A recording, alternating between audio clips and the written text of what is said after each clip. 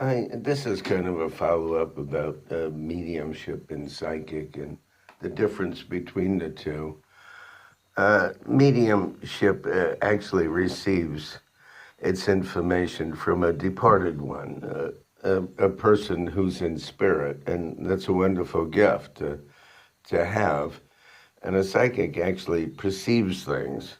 In other words, perceives what happened to you in the past, perceive what's going to happen in the future, the tendencies, the uh, propensities of the path that you're probably on. And usually, what happens is a person sits down with a psychic and they shuffle cards or they do numbers or a combination of different skills or abilities, and from that he perceives, and it's also a practiced, a very practiced skill and ability, and using it with a very intuitive sense or a psychic sense. It's not just the cards. Somebody would think, well, anybody can learn to read cards. Well, perhaps they can learn a method, but what they'll get out of it is another thing. A skilled psychic will get things out of the cards that nobody else could possibly get by any other means. And out of the numbers, again, by no other means. And by the handwriting or graphology of a person, or the name analysis, or the abracadabra, or astronumerology that nobody else can get by any other method. And some people are mediums, and they're also psychics.